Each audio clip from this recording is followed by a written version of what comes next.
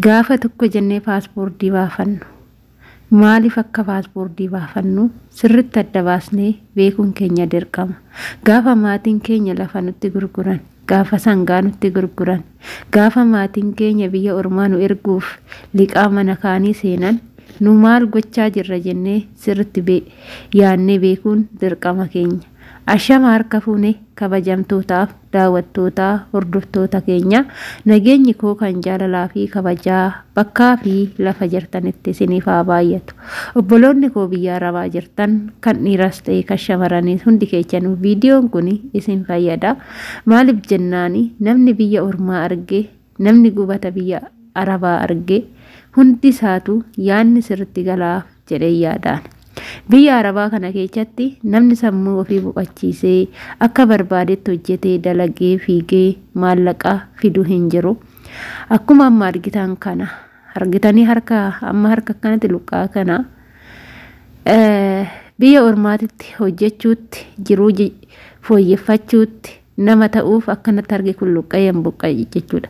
Ijoolleen haaraa biyyarraa dhuftan of eeggannoo gurguddaa godhuu qabdu. Akkamtu of eeggannoo gootu? Keemikaalonni biyya arabaa jiru hedduudha. Keemikaalonni kunneen yeroo harka keetiin qabdee hojjettu hedduun isaanii kasimiidhaan jiraachuu danda'u. Keessattuu kan akka filaashii, kan akka kaloorsee yeroo hojjettu harka keechaniin hin tuqina. Kaloorsiin harka keechan argate jechuun akkanatti sin kukkuta. Kana caala sin kukkuta. Filaashiin harka keechan argate jechuun gubeessin irraa kuta. Filaashiin immoo abidda boba'aadha waan ta'eef harka keechan irra bu'e taanan gubee harka keechan hanga sin irraa kutuutis ni ga'a waan ta'eef of eeggannoo cimaa gochuu qabdu. Aga keessattuu hojii isaanii barattanitti haala isaanii barattanitti gwaantii fayyadamaa. Jarru fayyadamaa jedhu gwaantii fayyadamaa. Gizee kiloorsiidhaan hojjettan sirriitti gwaantii fayyadamaa yookaan immoo dhukkuboota garaagaraatis saaxilamuu dandeechu. Amma ofirraa ka'ee yoonan sinitti hime jechuudha. Jalqaba gaafan biyya arabaa dhufu akkuma keechan haarawwan ture afaan hin beeku, nama hin beeku, biyya hin beeku, wanti hunduu anaaf haarawa ture. Baay'een sodaadha. Akkamitti sodaadha? Akkuma sinarra gaafa gola ormaa ol seentanii haarawa dhuftanii wanti hundi haarawa sinitti ta'u nattillee haarawa ture. Maaliif jennaan namni qormaata kana keessa hin darbine hin jiru waan ta'eef jechuudha. Gaafa biyya keenya dhufnu gaafa as geenyu namni asiitis lafti asiitis manni asiitis nuuf adda waan ta'eef wanti hunduu nutti haarawa. Kan biyya ormaa xiyyaararra kortee dhufuu dhiisiti biyya keetii gaafa baadiyyaadhaa kaatee magaalaa gurguddaa dhaqxee waan wayisitti fakkaata jijjiiramatu jira waan ta'eef. Biyya arabaa immoo jijjiirama guddaa qabdi. Gaafa gola ormaa dhuftan biyya Itoophiyaa keessatti namoota gurraacha adii wal keessa makaadha. Asitti garuu kan argitu hundi isaaniitu adiidha. Garuu jarri akka gubbaa addaatti osoo hin taane keechi isaanii gurraacha. Gubbaan isaanii garuu adiidha. Gaafa ati dhaqxee mana isaanii seentee sirriiq jettee nama ugattu taatee nama shaaworii keessa seeran hin dhiqanne taatee nama fooliin garagaraa sirraa argamu yoo ta'e si jibbaa deemu. Takko jettanii gaafa jalqaba mana arabaa seentan dalagaa isaanii naajajan naajaalatan jettanii dalagaa isaaniitti fiigoo osoo hin taane qulqullina keechanitti fiigaa. Isaan aga baatii tokko hojii isaanii dalagaa isaanii irratti osoo hin taane qulqullina keechan irratti jechuudha kan isin ilaalan.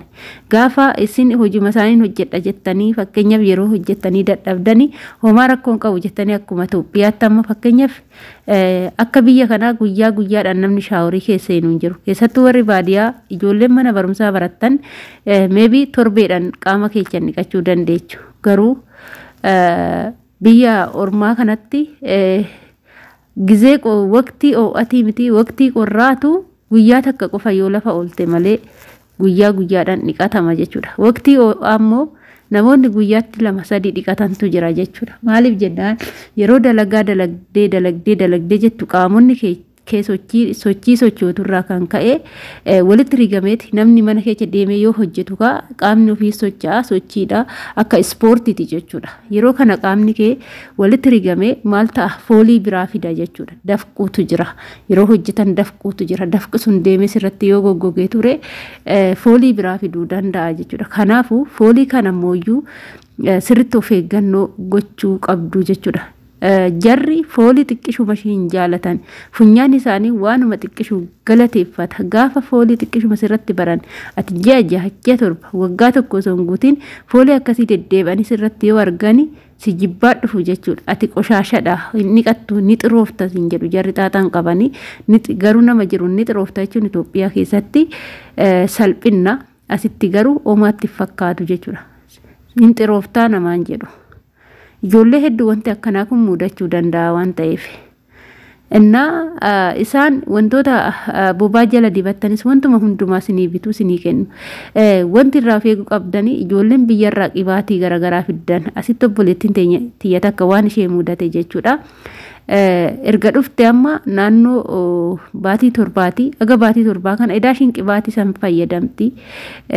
Qibaatii kana yoo fayyadamtu fool jedha jechuudha keessattuu ziniitii qibaatii ziniitii fasaashii sayyoo warri fayyadamtan kunu kan marga fakkaachuu dhusa yoo fayyadamtanii qibaatii sun foolii qaba sirriitti foolii qaba ati shaaworii seentee kaatee qibaatii sayyoo fayyadamte foolii biraadhaa jechuudha isaaniif gaarii miti nuuf garuu fooliin isaanitti toluu danda'a isaan garuu hin jaalatanii jechuudha qibaatii akkasii biyyarraa warroonni fiddan hin fayyadamina hin jaalattu jarri foolii waan ta'eef hin fayyadamina. Isarratti aansuudhaan immoo faalziin illee walii lamatu jira. Tokko ka foolii dha'utu jira.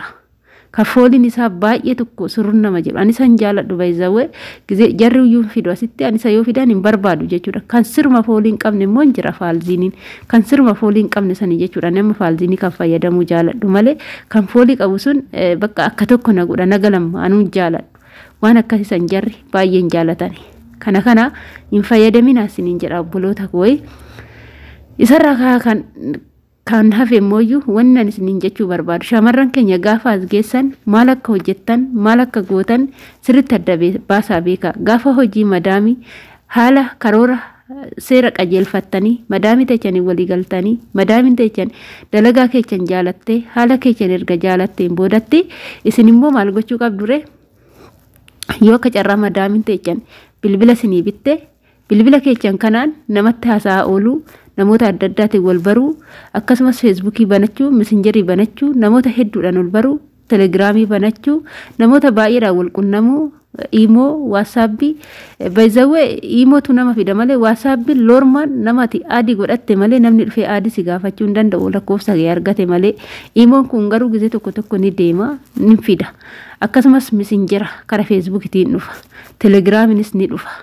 ni deema jechuudha namma abbaatti na dabaluun beeku telegiraamii garee garagaraatti na seesisu jechuudha garee garagaraa keessatti nuuf seena uf arga garuu anu fi kiyya seenee ukan immoo adii na godhaa jedhee osoo hin taane abbaa adiitti na godhuun beeku jechuudha garuma keessatti nuuf arga telegiraamiin illee haala saliinis ni deema appolee kanniin irraa bilisa ta'uu qabdu eenyu ijoolleen haaraa biyyarraa dhuftan ganaa dalagachuuf taatan ganaa dalagachaa jirtan gaafa kanniin irraa bilisa hin taane isini janajjanaa garagaraatiin isin qunnamtanii dalagaa garagaraa yeroo janajjanaan garagaraa isinitti baay'ate dalagaa keessan dagattanii namaan wal qunnamtanii namatti haasa'u suusii yoo isinitti ta'e madaamii teechanii walitti bu'uu dandeechu madaamiin teecha isin madaalte rakkoo isinitti fiduu dandeechi kanaaf aga amata lama guuttanitti dirqama haasaa baay'isuun isinin barbaachisu bilbila haasa'uu baay'isuun isinin barbaachisu waggaa lamaan booddeedha yoo minaalbaat teknoolojii garagaraattis fayyadamee naman ta'a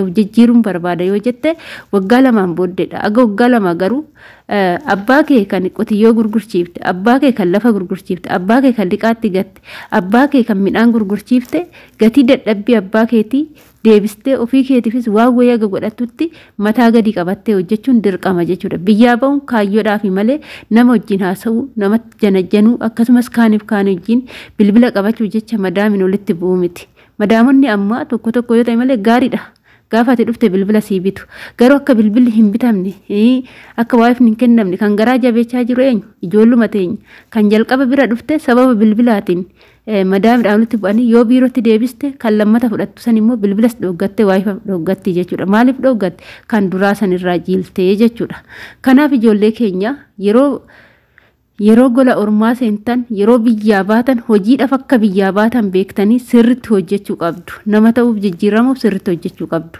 hojiin Itoophiyaa hojii mana arabaa kanan caalu wasiin jedhu Itoophiyaatti akka dhiiratti dhalatu wajjin asitti garuu manatti wajjin hojiin keenyallee salphatu galgala boqonnaa qabaannu asitti illee immoo kaayyoodha waan ta'eef dirqama hojjechuun jechuudha. Ilmi namaa yoo hojii jaalate hojiin isa jaalata.